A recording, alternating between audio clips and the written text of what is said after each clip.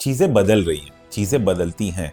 आज से 30 साल पहले आप देखेंगे तो कहते हैं कि पिक्चर समाज का आईना होता है। तो हर पिक्चर में आप देखो कि जो हीरो है वो मिल मालिक से लड़ रहा है और मिल मालिक उसको पीट रहा है। अब नहीं बनता ना, क्योंकि अब नहीं होता है। सो समय बदल रहा है, वक्त बदल रहा है, चीज़ें बदलेंगी। तो कुछ बिग फोर्स में होता है कि आप एक बहुत ही छोटा सा अमाउंट देते हैं अपने सैलरी का साल में। उसके बदले में वो इंश्योर करते हैं कि किसी अनफोर्सीन इवेंट में जब आप काम करने लायक ना हो तो आपकी फैमिली को टिल योर रिटायरमेंट एज आपकी सैलरी का एक हिस्सा मिलते रहे। तो ये एक तरह का इनिशिएटिव है जो कि बहुत वैलिड और लॉजिकल है। आप देखो जैसे डेलॉइट में इम्पैक्ट डे होता है, वो एक दिन काम नहीं करते। उस दिन अलग अलग थ्रेड्स होते हैं, जैसे go to prison, meet old age homes, go to schools, go to nursery, do plantation. तो एक सोशल कोई एक इम्पैक्ट डे नाम है, तो आप एक इम्पैक्ट क्रिएट करते हो सोसाइटी में जाकर के, भले छोटा ही सही। नमस्कार दोस्तों, स्वागत है आपका ट्रू इंटरव्यू सीरीज के नए एपिसोड में, जहां हम आपको मिलवाते हैं एचआर से और इंडस्ट्री लीडर से और सीखते हैं करियर और बिजनेस टिप्स। मैं हूं Kunwar Vaibhav Singh, founder of True CV.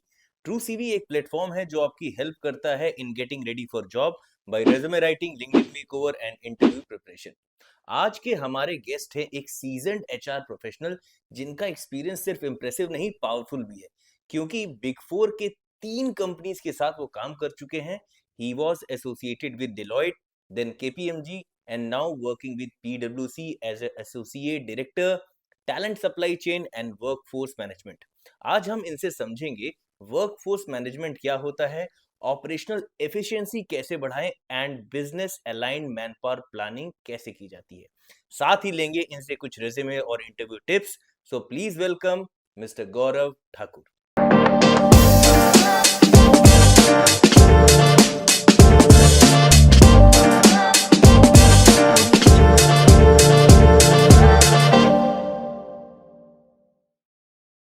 Sir, thank you so much for joining. It's pleasure to have you on our show. Thank you so much. तो थोड़ा सा व्यूअर्स के बारे में सर, अपनी जर्नी के बारे में बताइए, कैसे आप एचआर में आए और कैसी आपकी जर्नी रही और अभी आप कहाँ पे हैं और क्या काम देखते हैं। देखिए, जर्नी जो है वो काफ़ी इंटरेस्टिंग रहा है। वो शुरुआत तो एचआर में नहीं हुआ था। शुरुआत सेल्स में हुआ था। बहुत साल पहले, 15-20 साल पहले सेल्स में हुआ था। और उसके बाद कुछ समय सेल्स में काम करने के बाद में ऐसा महसूस हुआ अंदर से कि ये मेरा मन का आवाज़ नहीं है, कहीं और है। और थैंकफुली मैं समझ पाया कि मुझे क्या करना है। कई बार ऐसा होता है कि आप जो कर रहे हैं उसमें खुश महसूस नहीं करते, बट कहाँ जाना है वो नहीं जान पाते। तो मुझे पता चल पाया कि मैं वहाँ जाऊँगा तो मैं कंफर्टेबल महसूस करूँगा, तो एचआर में मूव किया। सो पहली कंपनी जो जिस पे मैंने काम किया था उसका नाम था गोदरेज एंड बॉयज़। वो मुंबई में थी। It was a sales related job. उसके बाद वहाँ से मैं दिल्ली एनसीआर मेरठ में आ गया। अल्काटेल-लूसेंट एक फ्रेंच टेलीकॉम मेजर है, उसमें काम किया मैंने as circle HR for UP west. वहाँ से उसके बाद मैं डेलॉइट में गया। डेलॉइट में मैंने एज अ एनालिस्ट शुरू किया काम, जिसमें कि एचआर डेटा से शुरू किया था, managing the database and stakeholders etcetera. And slowly then I move to consulting business, जहाँ पे मैंने वर्कफोर्स मैनेजमेंट का प्रोफाइल पर काम किया। और फिर वहाँ से केपीएमजी आया। प्रोफाइल सिमिलर था, बट इट वाज वो ऐसा था कि उसमें आपको पूरा सेटअप करना था स्क्रैच से। और फिर उसके बाद पीडब्ल्यूसी में आया। यहाँ पर जो पीडब्ल्यूसी की जर्नी रही है उसमें वो शुरुआत वर्कफोर्स मैनेजमेंट से हुआ। देन उसके बाद वो एक कंप्लीटली लोगों से जुड़ा हुआ एक प्रोफाइल बन गया, जिसमें कि जॉइनिंग से लेके एग्जिट तक का जो इकोसिस्टम था वो देखना था। और फिर आपका आरपीओ एक चीज़ होता है, रिक्रूटमेंट प्रोसेस आउटसोर्सिंग, उसको मैनेज किया मैंने। और फिर फाइनली जा कर के जो कंटिजेंट वर्कफोर्स होता है या गिग इकोनॉमी होता है, गिग वर्कफोर्स होता है, फ्लेक्सिबल वर्कफोर्स, तो उसका इकोसिस्टम हैंडल करने का जिम्मेदारी मुझे दिया गया।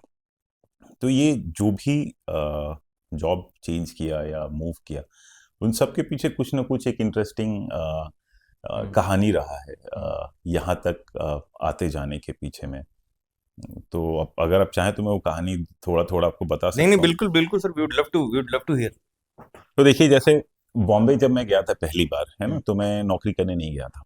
हम्म मैं वहाँ गया था पढ़ने के लिए, कॉम्पिटिटिव एग्जाम्स का प्रिपरेशन करने के लिए। बट वहाँ जाने के बाद में सिचुएशन कुछ ऐसा बदला कि मुझे काम करने का ज़रूरत आन पड़ा।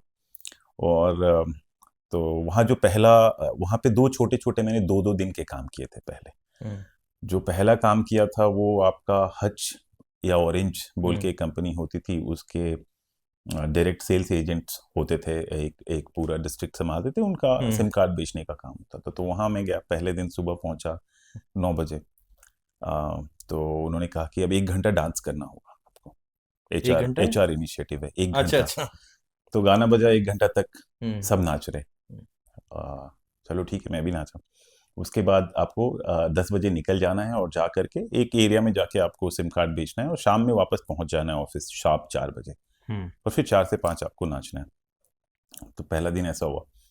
फिर दूसरा दिन मैं गया सुबह में, फिर वही सुबह 9 बजे से 10 बजे तक नाचा। फिर मुझे शाम में जब दोबारा मैं 4 बजे आया, फिर वही चालू हुआ। तो फिर मुझे वहाँ के एचआर हेड ने बुलाया, हम्म बोला कि देख रहे हो लोग कितने खुश हैं। मैं बोला मुझे तो महसूस नहीं हुआ कि लोग खुश हैं। तो वो पहला चीज था। फिर मैं वो उसको छोड़ा। फिर मैंने बोला कि ये शायद मेरे से नहीं हो पाएगा। उसके बाद फिर एक इक्विपमेंट मैन्युफैक्चरिंग कंपनी हम्म का का फाउंडर था। उन्होंने कहा कि I am founding a company and then you should be part of the HR team. पर जब मैं गया तो जब उनके पास गया तो again it was in place called Virar, very far hmm of from hmm where I stayed. But जब मैं वहां गया तो पता चला कि वो इक्विपमेंट का भी विजन है उनका। वो हम्म कंपनी अभी पेपर पर नहीं आई है। सो उन्होंने कहा कि 1-2 दिन तक you can help me with tele calling. Hmm तो ऐसा 1-2 दिन ऐसा चला। फिर but in parallel I was giving interview in in Godrej also. Hmm और WNS था एक, उसमें हम्म भी दे रहा था। तो दोनों में हुआ। गोदरेज का होना बहुत स्पेशल था मेरे लिए, क्योंकि हम्म जो भी बॉम्बे में रहते हैं उनसे आप हमेशा सुनेंगे कि रहने का दिक्कत होता है या कम्यूट का प्रॉब्लम है। हम्म बट गोदरेज का वहाँ पे बहुत ही बड़ा कैंपस है, जिसमें कि ऑफिस भी वहीं है। You have a house as well, and for bachelors hmm they have service apartments, जिसमें कि वो सब कुछ का ध्यान वो रखते हैं, खाने तक का। And you just have to come to office and do your job. तो और प्लस मेरे एक अंकल भी काम करते थे वहाँ पर, वो काफ़ी हम्म तारीफ करते थे कि पीपल फ्रेंडली है। तो जब मैं उसको ज्वाइन किया, इट फेल्ट लाइक फैमिली। हम्म बहुत अच्छा अनुभव रहा। 1-2 साल तक, 2 साल तक मैं वहाँ रहा। उसके बाद फिर मैं MBA करने BIT मेशरा, एक कॉलेज है, बिरला इंस्टीट्यूट ऑफ टेक्नोलॉजी मेशरा, उससे मैंने MBA किया और कैंपस होके फिर कोलकाता चला गया। वहाँ पे करीब अगेन वो भी एक सेल्स का जॉब था, बिजनेस बैंकिंग। हम्म तो 8-9 महीने मैंने वहाँ पर काम किया। But as I told you earlier कि वो टारगेट अचीव करना, नंबर्स पाने का एक अपना थ्रिल होता है, बट हम्म वो थ्रिल शायद मेरे लिए नहीं था। हम्म मुझे चाहिए था कि मैं लोगों के बीच में रहूं। बाकी चीज़ों में भी वही वही रिफ्लेक्शन है, जैसे परिवार के साथ, लोगों के साथ, दोस्तों के साथ रहना बहुत पसंद है।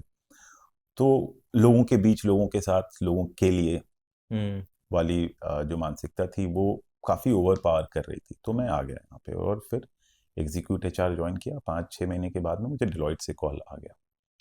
तो फिर मैं डिलॉयट चला गया हैदराबाद। हम्म तो वहाँ से जर्नी जर्नी शुरू हुई आपकी शुरू। कंसल्ट। अभी आप जिक्र कर रहे थे ये जो डांस करने वाला है, तो मैंने ये कई जगह पे देखा है। What you have to say about this HR initiative? देखिए, इसमें मेरा कुछ एक एक राय है कि जो भी HR इनिशिएटिव होते हैं वो दो तीन, सिर्फ HR के ही नहीं, हर हम्म फील्ड में दो तीन तरह के इनिशिएटिव होते हैं।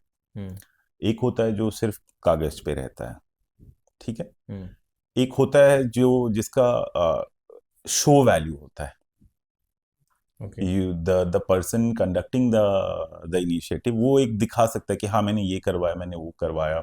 हम्म उसका इम्पैक्ट क्या है, उसका उसका ROI क्या है, उस पे जो एफर्ट और समय इन्वेस्ट हो रहा है उसका फायदा क्या है। एंड एक्चुअली पीपल उसको चाहते भी हैं कि नहीं चाहते हैं हम्म उस इनिशिएटिव में पार्ट लेना, पर सिर्फ आप कर रहे हैं क्योंकि आपको कुछ करना है। और हम्म तीसरा होता है जहाँ पे कि सभी स्टेक होल्डर जो है वो साथ में मिल करके करते हैं। शेयर्ड कॉमन गोल होता है। हम्म उदाहरण के तौर पे जो भी बिग फोर्स होते हैं या बड़ी कंपनीज होती हैं उनका CSR डिपार्टमेंट होता है। तो उसमें आप देखो जैसे डेलॉइट में इम्पैक्ट डे होता है, वो एक दिन काम नहीं करते। उस अच्छा। दिन अलग अलग थ्रेड्स होते हैं, जैसे go to prison, meet old age homes, hmm go to schools, go to nursery, do plantation. तो एक सोशल को एक इम्पैक्ट डे हम्म नाम है, तो आप एक हम्म इम्पैक्ट क्रिएट करते हो सोसाइटी में हम्म जाकर के, भले छोटा हम्म ही सही। कहीं कहीं पर सिंबॉलिक है, कहीं कहीं पर उसका लॉन्ग टर्म हम्म इम्पैक्ट भी है। हम्म तो ये एक वैलिड इनिशिएटिव हुआ जिसमें सब लोग पार्ट लेना चाहते हैं। उसके बाद अगर आप देखोगे कि बहुत सारी इनिशिएटिव होती है जहाँ पे लोकल फेस्टिवल सेलिब्रेट होता है, हम्म लोग उसको बहुत लुक फॉरवर्ड करते हैं। हो सकता है ओके। बहुत लोग ना करें, बट ज्यादातर लोग, खास हम्म करके जो यंग जनरेशन है, they really look forward to those kind of social events in office की। हम्म होली सेलिब्रेशंस है, so they will get decked up and come to office. तो या कोई कंपटीशन है, डे डेकोरेशन कंपटीशन है, तो ये छोटी छोटी जैसी इनिशिएटिव्स हैं, उसमें लोग खुले दिल से पार्टिसिपेट करते हैं। फिर जो वेलबींग से रिलेटेड इनिशिएटिव है, एक्चुअल वेलबींग, कि आप कुछ मेडिकल पैकेज प्रोवाइड करा रहे हैं, टेस्ट प्रोवाइड करा रहे हैं, या कुछ ऐसे एप्स प्रोवाइड करा रहे हैं जिससे कि उनके लिए मेडिकल फैसिलिटी या हम्म काउंसलिंग आसान होता है। बस lot of companies are providing that as well. या आप कुछ ऐसा सोशल सिक्योरिटी वाली इनिशिएटिव कर रहे हैं, हम्म जैसे कुछ बिग फोर्स में होता है कि आप एक बहुत ही छोटा सा अमाउंट देते हैं अपने सैलरी का साल में, हम्म उसके बदले में वो इंश्योर करते हैं कि किसी अनफोर्सीन इवेंट में जब आप काम करने लायक ना हो या आप ना ही हो, तो आपकी फैमिली को टिल योर रिटायरमेंट एज हम्म आपकी सैलरी का एक हिस्सा मिलते रहे। तो ये एक तरह का इनिशिएटिव है जो कि बहुत वैलिड और लॉजिकल है। फिर ऐसे भी हैं कि डांस करो वाला भी है, जिसमें कि पीपल आर डूइंग क्योंकि उनको अपना नौकरी बचाना है। तो यही है। आपने बहुत सारे इनिशिएटिव यू नो एक्सप्लेन किए और अच्छे जो आपको पसंद है। आपने डांस करो वाले पे खास बताया नहीं, मतलब डांस करो पे आपकी क्या राय है? मेरे ख्याल से कि देखिए, जैसे अगर कोई बहुत सारे लोग होते हैं ऑफिस में जिनको कि डांस, जिनका शौक होता है, हम्म उनको अच्छा लगता है, तो कोई फंक्शन होता है तो they kind of you will see similar set of people performing in in those functions जिनको डांस करना पसंद है। बट जबरदस्ती अगर आप सबसे करवा रहे हैं, मुझे नहीं लगता है कि वो उससे कुछ मकसद हासिल होता है। वो हम्म जबरदस्ती है, उसका कोई फायदा नहीं है। सो आपके कहने का मतलब कि एचआर में अगर कोई पॉलिसी या कोई भी इनिशिएटिव आप ले रहे हैं, so you need to be open. Because मेरा ये देखिए, जो आपने पहला एग्जांपल दिया ना कि 1 घंटा सवेरे 1 घंटा शाम, ये तो मुझे कुछ ज्यादा वैसे भी लग रहा है। ये मतलब ये इनिशिएटिव से ज्यादा ये तो मुझे बड़ा लेबर वाला लग रहा है। 2 घंटे नाचना बहुत बड़ी हाँ, बात बहुत होती बड़ी बात है। है ना? पता चला 400-500 कैलोरी, 1000 कैलोरी तो ऐसे ही जला दिया ऐसे है। ही जला देगी। That's which is a good thing in a way, but too much time उस इनिशिएटिव के लिए। बिल्कुल। Once and that too daily, you are talking about daily. Daily. एक जगह मैंने देखा था किसी कंपनी में, क्या बहुत सारी कंपनी में होता है कि मंडे को they play a song for 10-15 minutes just to give it a vibe. उसमें से आपने सही कहा, जिनको आता है डांस वो आते हैं, और जिनको नहीं आता है डांस वो अपनी जगह पे खड़े होके हाथ पैर क्लैप ऐसे कर हिलाते लेते हैं हैं, या क्लैप कुछ कर करते लेते हैं या हैं, इट्स कुछ भी गुड। कर लेते हैं। मैं इसलिए आपसे बार बार पूछा था। मुझे ये initiative, I am not very sure how everybody would accept it, but कई बार मैं देखता हूँ तो कुछ लोग उस समय उनको लगता है जैसे कि यार क्या है यार, मंडे इतना काम है, बैठ के गाना बजा दिया।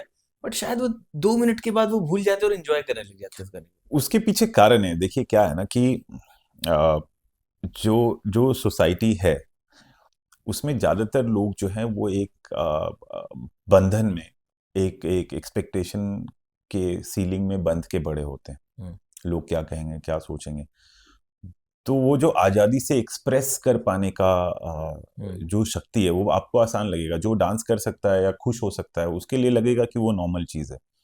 जैसे कहते हैं ना, पापा खुल के प्यार नहीं जता पाते, उनको नहीं मिला। उनको प्यार जरूर मिला, उनको एक्सप्रेशन नहीं मिला। उसी तरह से लोग एक्सप्रेस नहीं कर पाते, तो जब वो डांस बजता है ना, वो उनका डिस्कम्फर्ट होता है हम्म कि वो उस सीलिंग से बाहर नहीं निकल पाते हैं, अपने आप को तोड़ के बाहर नहीं निकल पाते हैं। लेकिन धीरे धीरे जब आसपास माहौल होता है, तो एक तरह से अच्छा चीज़ है कि वो अपने पर्सनालिटी के दूसरे हिस्से से मिल पाते हैं इस तरह के हम्म। इनिशिएटिव से।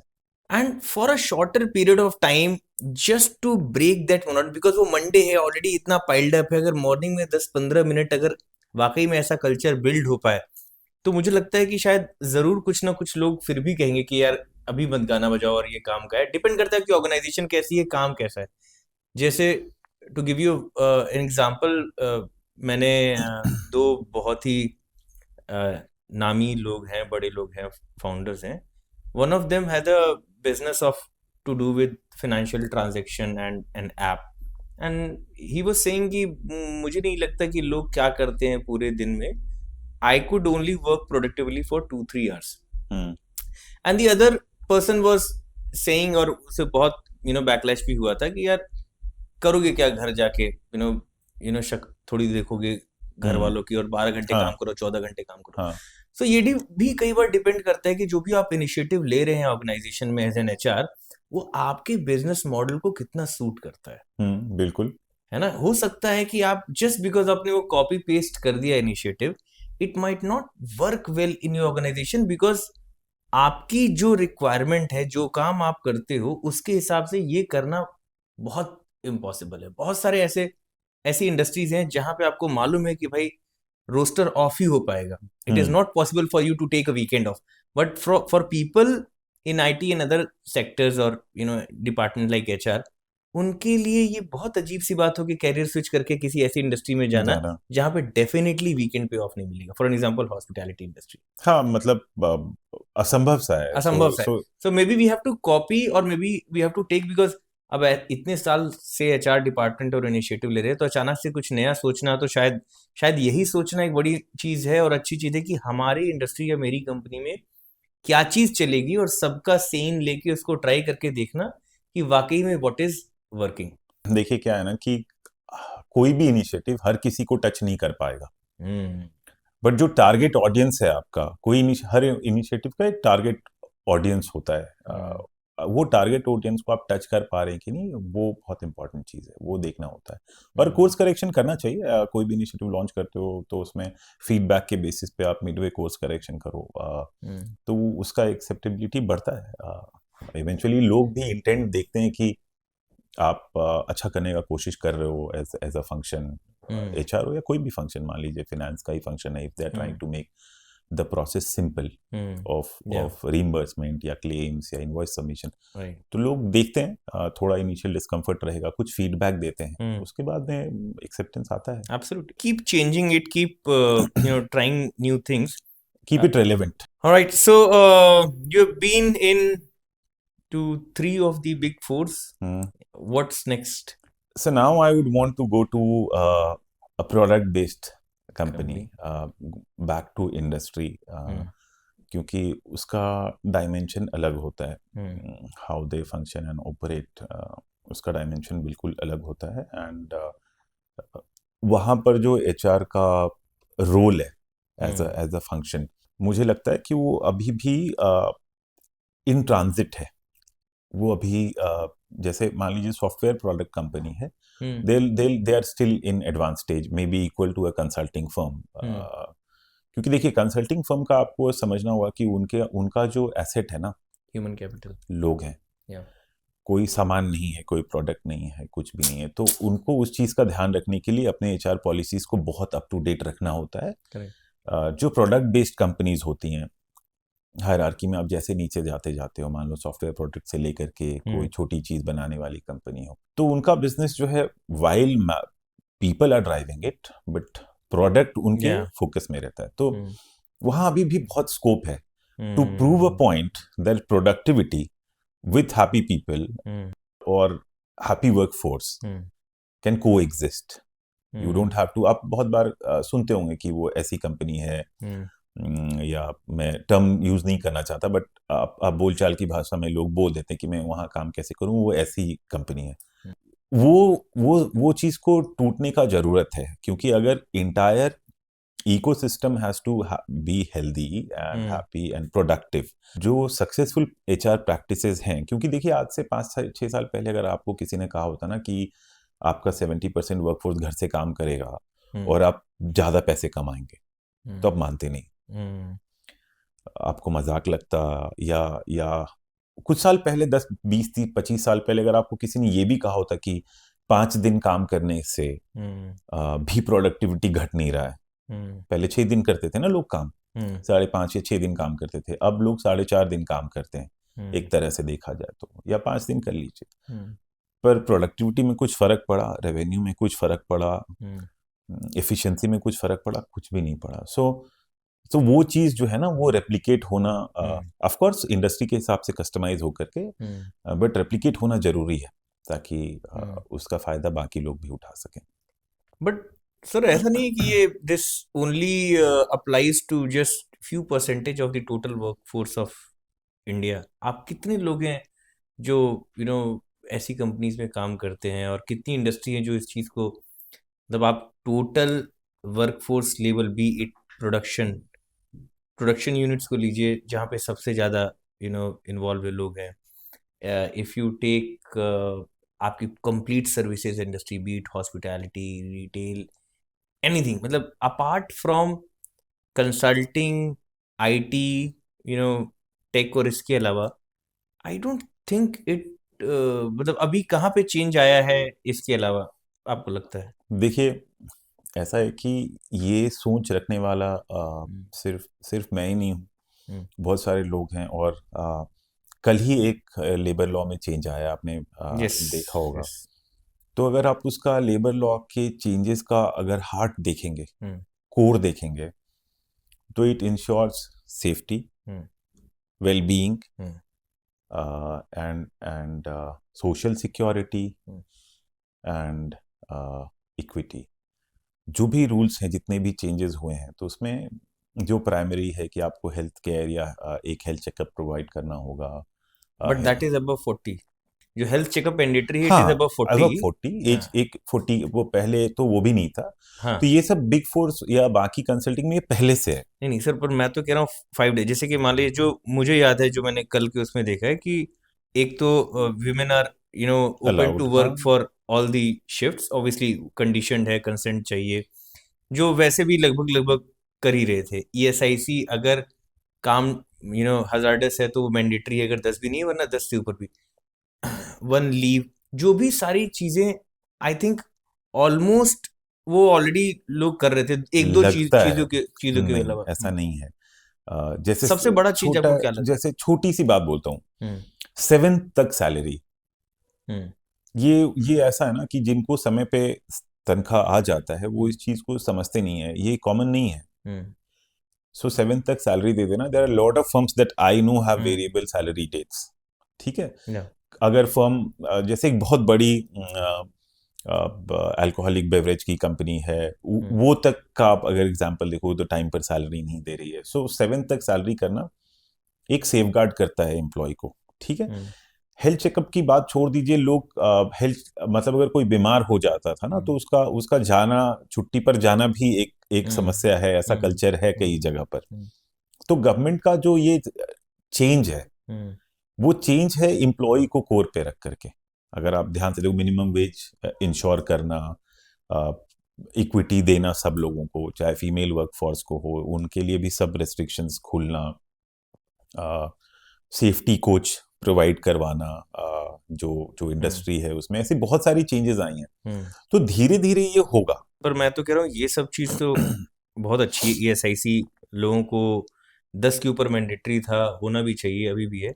पर हम जो बात कर रहे थे, वो हम बात कर रहे थे 5 डेज अ वीक और वर्क फ्रॉम होम वो के तो लिए। नहीं, देखिए वो इंडस्ट्री स्पेसिफिक होता है। क्या सर है, वही मैं कह रहा हूँ कि आईटी और कंसल्टिंग और बड़ी कंपनियों को अगर छोड़ दिया जाए, हाँ, तो major part of the population of India, for them I think it is still, for whole India as a country, it is still a long way to go देखिए टू रीच टू 5 डेज का जहां तक बात है, वो एक बातचीत का हिस्सा है कि जो इंडस्ट्री में जो हासिल हो सकता है। मान लीजिए जो प्रोडक्शन ओरिएंटेड इंडस्ट्रीज हैं, अगर वो अपना काम करने की जगह को बेटर बनाए, फैसिलिटीज बेटर करें, you will be surprise to know कि बहुत सारे प्रोडक्शन यूनिट में प्रॉपर सैनिटेशन या प्रॉपर ड्रिंकिंग वाटर, बड़ी बड़ी कंपनीज जहाँ का मैं बता सकता हूँ कि मान लीजिए माइनिंग में है, तो जो उनके माइनिंग के वर्कर्स हैं उनको साफ पानी मिल पाना, या उनके उनके रहने का अरेंजमेंट हो पाना। तो जहां पर जो एप्लीकेबल है, एक अच्छा वर्क इन्वायरमेंट मिलना। मान लीजिए जैसे जो कंसल्टिंग में वो 5 दिन काम करता है, लेकिन जो 5 दिन काम करता है तो फिर वो 5 दिन में ही 5 दिन में वो ऐसा नहीं होता है कि आप 9 to 5 जॉब करते हैं। आप करते हैं जब तक कि काम हो नहीं जाता है, करते रहना होता है। वहां पर वैसा नहीं है, तो वहां पे फिक्स शिफ्ट्स हैं, तो आपको उसका फायदा है। Right, true. I think you know it's not only about 5 मुझे लगता है कि और शायद मेरा भी कहना वही था कि वहां तक पहुंचना तो अभी बहुत दूर है। बहुत सारे बेसिक चेंजेस ही पहले सारी कंपनी मुहैया करे। जैसे अभी रिसेंटली मैंने लिंक्डइन पे एक पोस्ट देखा था कि किसी ने बैंक में जो पानी रखा हुआ था पीने के लिए एम्प्लॉयज के लिए, the condition of that was miserable. So this is what they are drinking and it is not only what, ये तो बैंक की फोटो है। Imagine the other places condition, जो छोटी कंपनीज हैं। जैसे कि हम बात करते हैं कि जो लाला कंपनी और एमएनसी में जो देखिए, डिफरेंस होता है, आप शायद, मुझे लग रहा है कि शायद वो लाला कंपनी हाँ मतलब वो कहना सही नहीं होता है वो शब्द का इस्तेमाल, बट चीजें बदल रही हैं, चीजें बदलती हैं। आज से 30 साल पहले आप देखेंगे तो हर मतलब कहते हैं कि पिक्चर समाज का आईना होता है, तो हर पिक्चर में आप देखो कि जो हीरो है वो मिल मालिक से लड़ रहा है और मिल मालिक उसको पीट रहा है। अब नहीं बनता ना, राइट क्योंकि अब नहीं होता है। सो समय बदल रहा है, वक्त बदल रहा है, चीजें बदलेंगी। Right. So coming back to your core of workforce management. I guess it's been what, some 15-17 years 15 you've been years doing. into workforce management, yes. क्या डिफरेंस आपने देखा है, हाउ इट हैज इवॉल्व्ड? देखिए, ओवरऑल इंडस्ट्री ही change किया। अगर मैं consulting और IT के पर्सपेक्टिव से बात करूं तो ओवरऑल इंडस्ट्री में ही चेंज आया है। And then I will move to the subset of workforce management. देखिए क्या ना, बाउंड्रीज ब्लर हो गई हैं। बाउंड्रीज ब्लर ऐसे हुई हैं कि फुल टाइम एम्प्लॉय जो है, एम्प्लॉयमेंट कल्चर जो है, गिग कल्चर से मिल रहा है। पहले कंपनीज का एक फिक्स टारगेट नहीं होता था कि आपको इतना फ्लेक्सिबल वर्कफोर्स रखना है। आज की तारीख में बहुत सारी कंपनीज वो पिक करी। जैसे यूएस में आपको गिग इकोनॉमी का कल्चर है, गिग वर्कफोर्स का कल्चर है, 2 वीक का नोटिस पीरियड होता है। यहाँ तो कंपनीज का 90 डेज का है ना। सो धीरे धीरे जैसे जैसे लोग एम्पावर होते हैं तो गिग इकोनॉमी बढ़ता है, गिग वर्कफोर्स बढ़ता है। तो नाउ दैट इज मीटिंग। अभी 20-80 है, 70-30 है, 90-10 है, बट वो मिल रहा है आपस में। फुल टाइम जो है वो आपका रिमोट वर्क से मिल रहा है। पहले कंप्लीटली ऑफिस आना होता था, अब आप देखो कि लोग रिमोट वर्क भी कर रहे हैं, कुछ लोग कंप्लीटली वर्क फ्रॉम होम कर रहे हैं। तो वो चेंजेस है।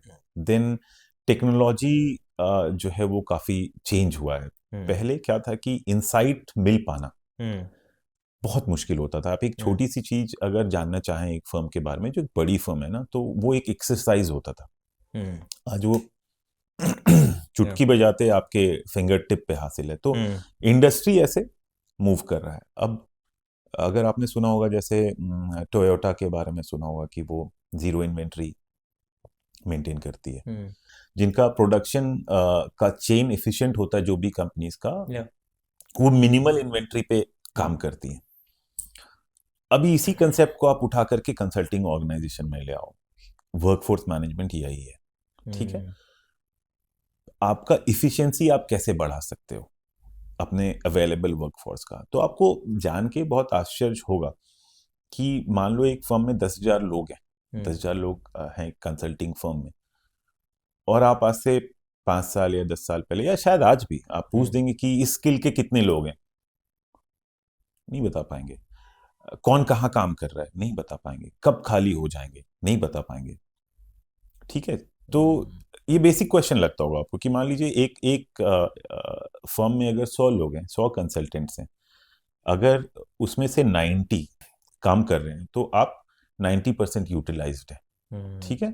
तो अब ज्यादा सेम वर्कफोर्स से आपका रेवेन्यू बेटर आ रहा है, बेटर यूज कर रहे हैं। पर अगर आपके 70% यूटिलाइज्ड है, तो आपको नहीं पता चलेगा। अभी तो आपका 20% का रेवेन्यू लॉस हो रहा है, बॉटम लाइन पे हिट हो रहा है। और क्या होता है कि बिटवीन द प्रोजेक्ट्स बहुत सारे जगह पे ना लॉस होता है, लीकेजेस होते हैं, एनर्जी लीकेज होता है। जैसे वैसे ही वर्कफोर्स में एफर्ट लीकेज होता है। ज्वाइन किया एक बंदे ने, ज्वाइन करने से फर्स्ट डिप्लॉयमेंट के बीच का गैप, लॉस है। अगर हम्म, एक फर्म एक कंसल्टेंट पे महीने का, उदाहरण के तौर पे एक ये काल्पनिक फिगर है कि 10 लाख रुपए कमाता है, हम्म, और वो 12 महीने में 1 करोड़ 20 लाख रुपए उससे कमा सकता है, मैक्सिमम हम्म, पोटेंशियल है। वो बंदा ज्वाइन करता है, प्रोजेक्ट मिलने में 1 महीना चला गया, हम्म, ठीक है, 1 महीने का रेवेन्यू हटा दीजिए। 6 महीने वो प्रोजेक्ट चला, प्रोजेक्ट खत्म होने के बाद वो बेंच पे आ गया। हम्म, बेंच का मतलब है जहां पे कि आपके पास कोई प्रोजेक्ट नहीं है, आप इंतजार कर रहे हैं प्रोजेक्ट मिलने का। हम्म, अब किसी ने उसको अप्रोच किया, फिर प्रोजेक्ट मिला, इसमें और 15 दिन 20 दिन महीना दिन चला गया। तो 1 साल में आपने अपने टोटल जो उस चीज से आप रेवेन्यू कमा सकते थे, उसका 15 से 20% आपने सिर्फ इनएफिशिएंट मैनेजमेंट से खराब कर खराब दिया। कर दिया।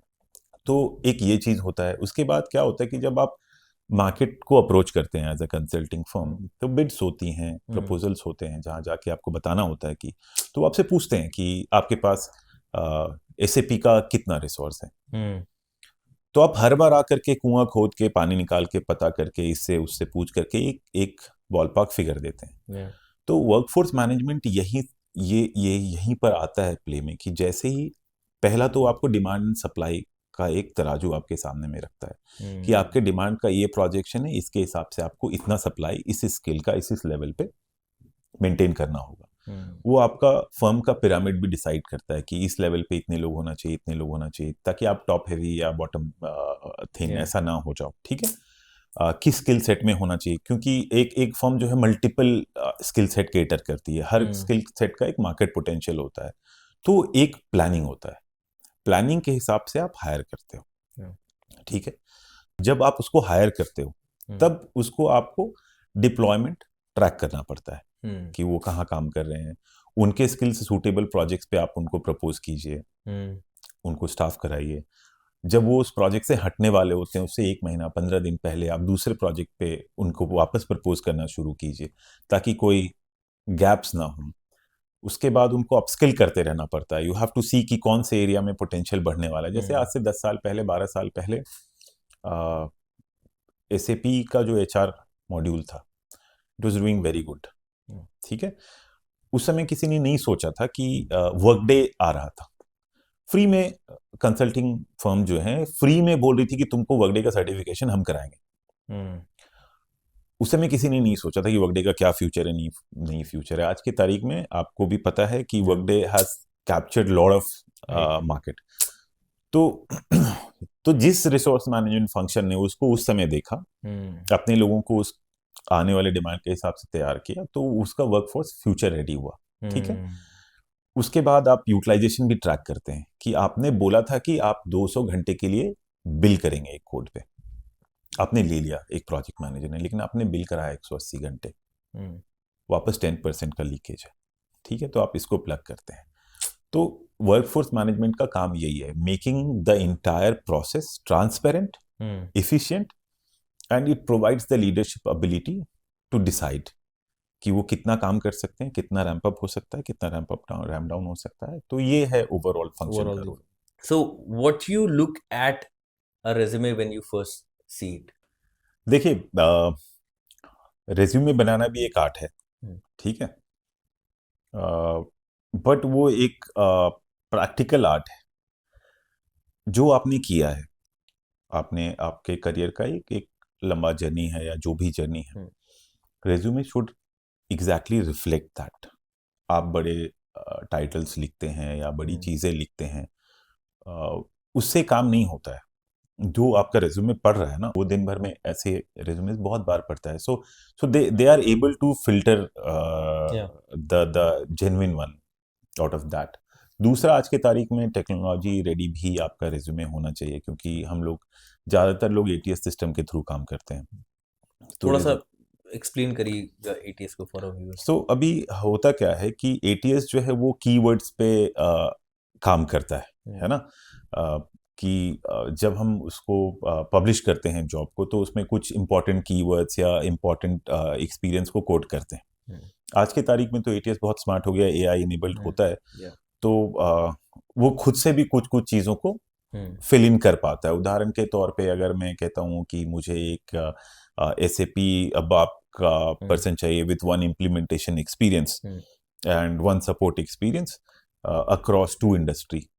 तो मैंने ऐसा लिख दिया, अभी वो खुद से ही उस चीज को सीवी में खोजेगा। तो अब मान लीजिए आप एक एसएपी के कैंडिडेट हैं, आपने सीवी बनाया, तो अगर आप वहां पे ऐसे लिखते हैं कि handle multiple projects, was pivotal, played a pivotal role in the project, तो ये क्या ना, while it's a good beautiful English, it's not communicating what you have done. Yes. So especially in tech related resumes, you have to give details of the work that you have done, Right. and in very accurate manner, जो आपने किया है वो, और थोड़ा जो आप कर सकते हैं। So resume is never 100%. Actually, it also reflects some amount of your potential that you will be able to do given opportunity, and what you are willing to do provided an opportunity. तो इसका combination होता है resume, ठीक है। It's not to glorify you, Yeah. ये आपको glorify करने का पॉलिटिकल पार्टी का पोस्टर नहीं है, ठीक है। सो ये चीज को जब आप समझेंगे, you will make a balance resume. एक सवाल हम लोग कई बार पूछते हैं जब हमारे पास कैंडिडेट भी आते हैं, that we should make a resume with a photograph or without photo. Always with photograph. I will tell you why, क्योंकि इंसान कनेक्ट कर पाता है, वो इम्पोर्टेंट होता है। आज के तारीख में जैसे वर्चुअल इंटरव्यू भी होता है ना, तो बिना वीडियो कॉल्स के नहीं करते लोग। फोन पे होने वाले, पहले फोन पे होते थे इंटरव्यू, आई डोंट नो आपको याद Yeah, होगा कि नहीं। हाँ, yes. फोन पे होता था कि इस समय आपका फोन आएगा, लेकिन अब फोन पे नहीं होता, लोग देख करके बात करना पसंद करते हैं। तो हमेशा why not, more details is always better. कुछ लोग वीडियो इंट्रो भी डालते हैं, अब डाल सकते हैं, बिल्कुल right. डालिए। नहीं दिखेगा सामने वाला, वो अलग बात है, True, बट true. देखेगा तो अच्छा इम्पैक्ट पड़ेगा, why True. Not. And what not to include in a resume, or which is not required but people still include. देखिए, ऐसा कोई हार्ड एंड फास्ट रूल तो नहीं है, ठीक है। कई लोग डालते हैं कि was class monitor in college, तो उन सब चीज़ों का उतना बहुत इम्पैक्ट नहीं पड़ता है। स्पेशली वो ना फ्रेशर जो कैंपस से बाहर आए हैं, उनके रेज्यूमे वो हम समझ सकते हैं, क्योंकि बहुत आप कुछ नहीं है लिखने के लिए, और तो हम समझ सकते हैं कि जो आपका अनुभव है आप वो लिख रहे हैं। लेकिन एक लैटरल हायर का रेज्यूमे में रेलेवेंट चीजें और छोटा रेज्यूमे इज इम्पोर्टेंट, क्योंकि मान लीजिए हजारों रेज्यूमे प्रोसेस होते हैं, है ना, तो उतना समय नहीं होता करेक्ट। सामने वाले के पास में भी, तो रेलेवेंट चीजें लिखिए। And what about LinkedIn? Do you think it is important right now to have a good LinkedIn profile and giving that link in the resume? अभी उसका महत्व है? देखिए, अब मैं कंपनी स्पेसिफिक नाम तो नहीं लूंगा, लेकिन स्टिल अगर कोई भी किसी को हायर करता है ना, मेरे ख्याल से 30 to 40% लोग हमेशा जा करके प्रोफाइल चेक करते हैं आपकी। इनिशियल में नहीं करेंगे, इनिशियल राउंड में नहीं करेंगे, लेकिन जब वो मैच्योरिटी की तरफ जा रहा होता है, they would want to know more of you in person, है ना, तो वो देखते हैं। और आप देख सकते हैं कि हिट आया होगा, देखेंगे, देखा, अगर आपके पास प्रो एडिशन हुआ तो उसमें आपको दिखता है कि, तो बना के लिंक देने में कोई प्रॉब्लम नहीं। हम सेइंग कि more information is not bad provided it is a relevant information, तो कोई दिक्कत नहीं है, देना ही चाहिए। Okay, and now moving towards the interview, what is a red flag for you in an interview? देखिए, रेड फ्लैग से ज़्यादा क्या है कि इंटरव्यू में एक पोजीशन के लिए इंटरव्यू होता है, ठीक है ना, तो सामने वाला आपसे उस पोजीशन के लिए आप सूटेबल हैं कि नहीं है, वो जानने के लिए सवाल करता है। तो अगर आप रेलेवेंट जवाब देते हैं, सवाल को ठीक से सुनते हैं, मुझे आप अपनी जर्नी का हिस्सा बनाते हैं, ताकि मैं उससे रिलेट कर पाऊँ कि आपने क्या किया है क्या नहीं। देखिए, रेज्यूमे में क्या होता है ना, आपने क्या किया है वो दिखता है, कैसे किया वो नहीं दिखता है, ठीक है। वो जो है ना, वो आपका इंटरव्यू से जुड़ता है। तो आप टू द पॉइंट जवाब दें, ठीक है। थोड़ा सा आप उसको अपनी कहानी का हिस्सा भी बनाएं, और नेगेटिव चीजों से एकदम बचें, उसका बहुत असर पड़ता है। जैसे पहले क्या था कि एक बहुत ही क्लीशे क्वेश्चन था कि आपके इतने गैप्स क्यों हैं, या आपने जब नौकरी क्यों जल्दी बदली। आजकल वो उतना रेलेवेंट नहीं रह गया है।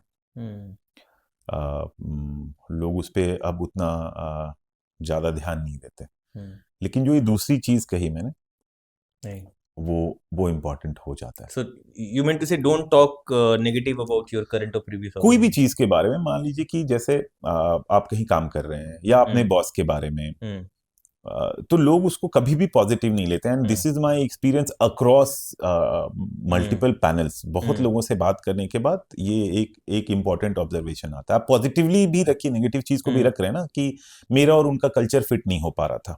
हम्म I was having little bit of work life balance का चैलेंज हो रहा था मुझे, हम्म या हमारे गोल्स शेयर्ड नहीं थे। तो एक पॉजिटिव तरीके से रखिए, सब समझते हैं। ऐसा ऐसा नहीं है कि लोग नहीं समझते कि कुछ चैलेंजेस होते हैं हम्म वर्क फोर्स में। लेकिन आप अगर सीधे सीधे हम्म ब्लेम टाइप के मोड में आ जाएंगे हम्म तो लोग जिटरी होते हैं थोड़ा। उसका impression अच्छा नहीं पड़ता. हम्म Okay. And what is your favorite question that you ask in almost every interview? सी मैं हमेशा पूछता हूँ कि what is your value system, who are you. Hmm क्या होता है कि रेज्यूमे बता देता है कि आप टेक्निकल फिट हो सकते हैं या नहीं हो हम्म सकते हैं, जो भी आपने कहाँ काम किया कहाँ काम नहीं किया, सब कुछ। हम्म पर उसमें ना जनरली लोग अपने वैल्यू सिस्टम के बारे में बात नहीं करते। ठीक है कि अगर मैं आपसे ही पूछूं कि एज अ पर्सन आपका सबसे इंपॉर्टेंट वैल्यू क्या है, हम्म तो हो सकता है आपके पास अभी जवाब ना हो या हो। हम्म जैसे मुझे मेरा जवाब पता है कि क्या है, कि एज अ पर्सन मेरे वैल्यूज क्या है। Hmm integrity is without compromise, non-negotiable. Non negotiable. वो एक बहुत इंपॉर्टेंट वैल्यू है। मान लीजिए रेजिलियंस है, हम्म क्योंकि जो जो ये इंडस्ट्री है ना, हम्म ये बहुत डायनामिक है। हम्म बहुत ही हाई प्रेशर इंडस्ट्री है। हम्म तो यहाँ पर अगर आप रेजिलिएंट नहीं है, तो उस वैल्यू के बिना आप यहाँ पे टिक नहीं survive पाइएगा, नहीं कर पाएंगे. सरवाइव नहीं कर पाइएगा। तो वो मैं जरूर जानना चाहता हूँ कि हम्म तुम्हारा वैल्यू सिस्टम क्या है, या हाउ तुम्हारे सपोर्ट ग्रुप कौन है, फैमिली के हम्म लिए तुम्हारी फीलिंग्स क्या है। क्योंकि cultural fit is more important then technical fit. वो सिखाया जा सकता है, ये सिखाया नहीं जा सकता। True.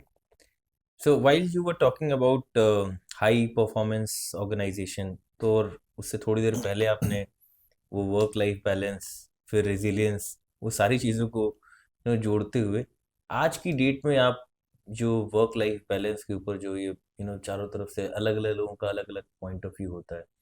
कोई कहता है, जैसे हमने बोला, कि शुरुआत में 12 घंटे या 14 घंटे भी काम करना चाहिए. कोई कहता है कि प्रोडक्टिविटी ही नहीं मिलेगी उसकी जब तक आप वो बैलेंस नहीं रहेगा. Then there is a point of the new generation coming in, they want flexibility in their life. What do you mean or understand by this world life, work life balance, और इसको कैसे देखते हैं और खुद कैसे जीते हैं इसको? देखिए, वर्क लाइफ बैलेंस जो है ना, ये लग्जरी नहीं है, ये एक नेसेसिटी है। हम्म वर्क लाइफ बैलेंस पे इंसान का और फर्म का दोनों का फोकस होना हम्म चाहिए।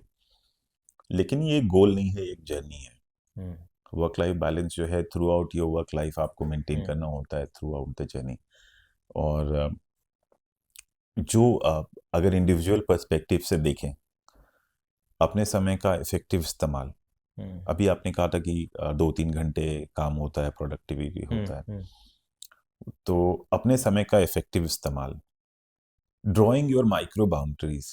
हम्म ठीक है, knowing the work and getting expertise into your work. होता क्या है कि मान लीजिए, एक नॉर्मल एग्जांपल से बताता हूँ कि कोई सुई में धागा डाल रहा है। शुरू में देर लगेगा, बट अगर वो कर रहा है तो धीरे धीरे उसका स्पीड, राइट. एफिशिएंसी बढ़ता जाता है। सिमिलरली डेटा में होता है, एक्सेल में होता है, या या. फॉर्म बने, कुछ किसी भी चीज़ में होता है। तो एफिशिएंसी भी आपको स्पेस देती है। हम्म बाउंड्रीज, डेलीगेशन, अगर आप सीनियर लेवल पे हैं तो आप क्या डेलीगेट कर पा रहे हैं, क्या नहीं हम्म कर पा रहे हैं, उससे भी होता है।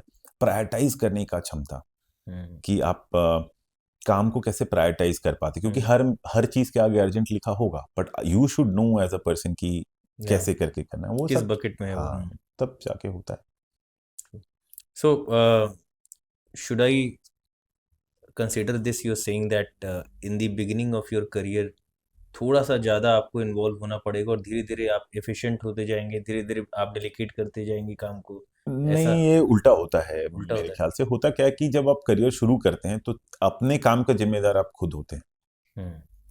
अगर अगर आपको एक काम दिया जाता है तो हम्म आप अपना आपके हाथ में उस काम को कर लेना हम्म जनरली। हम्म लेकिन जैसे जैसे आप ग्रो करते हैं हम्म सिस्टम में, तो दूसरों के डिलीवरी पे आपका डिलीवरी डिपेंड करता है। आप डायरेक्टली कुछ डिलीवर नहीं कर रहे होते हैं, अपने टीम के थ्रू कर रहे हाँ, होते मतलब पहले आप रिस्पॉन्सिबल होते हैं, बाद में आप अकाउंटेबल हो जाते हैं कई सारे लोगों हाँ, के लिए। तो उस केस में वर्क लाइफ बैलेंस कर पाना ज्यादा चैलेंजिंग होता है, क्योंकि अगर हम्म कोई भी एक दो हिस्सा ठीक से काम नहीं कर पा रहा है हम्म तो उसका जो प्रेशर होता है वो आपके ऊपर आता है। तो वो मैनेज कर पाना, प्रायोरिटाइज कर पाना एक इम्पोर्टेंट आर्ट है। Great, sir. So we'll end this with our last question for this discussion. What is the one piece of advice you think every job seeker should follow, every fresher coming into the industry, and what they need to do to get in any of the big four, since you have worked in three of them? See anybody, I mean, चाहे वो fresher हो, चाहे वो job seeker हो, या किसी भी life की किसी भी वॉक में ना, stay hungry, Hmm. Be very observant, learn, unlearn, relearn, challenge the status quo. Not in a destructive sense, but जैसे आप आते हैं, आप देखते हैं कि कुछ प्रॉब्लम्स आ रही हैं आउटपुट में, आउटकम में, या तो आप उसको टैक्टिकली डील कर सकते हैं या Hmm. स्ट्रैटेजिकली डील कर सकते हैं। तो शुरुआत आपकी टैक्टिकल होगी, बट Hmm. जैसे जैसे आप उस बेंड को स्ट्रैटेजिक करते जाएंगे कि रूट कॉज खत्म हो, और आप सीखते जाएंगे, रेलेवेंट होते जाएंगे, Hmm. रेजिलियंट रहेंगे, ठीक है, Yeah. हंग्री रहेंगे, तो आप सक्सेसफुल होंगे ही। करियर एक लंबा जर्नी है, एक मॉड्यूलर जर्नी है, एक साथ नहीं बनता है, module by module, Yeah. Module by module बनता है। कई बार आप तुरंत तुरंत प्रमोट होंगे, कई बार 4-5 साल का सूखा पड़ेगा। तो आप उस पर डटे रहिए, लेवल पोजीशन की जगह कंट्रीब्यूट करने पर ध्यान दीजिए, तो आप ग्रो करेंगे। जहाँ तक बिग फोर का सवाल है, बिग फोर में आने के लिए ज़्यादा कुछ नहीं चाहिए होता है।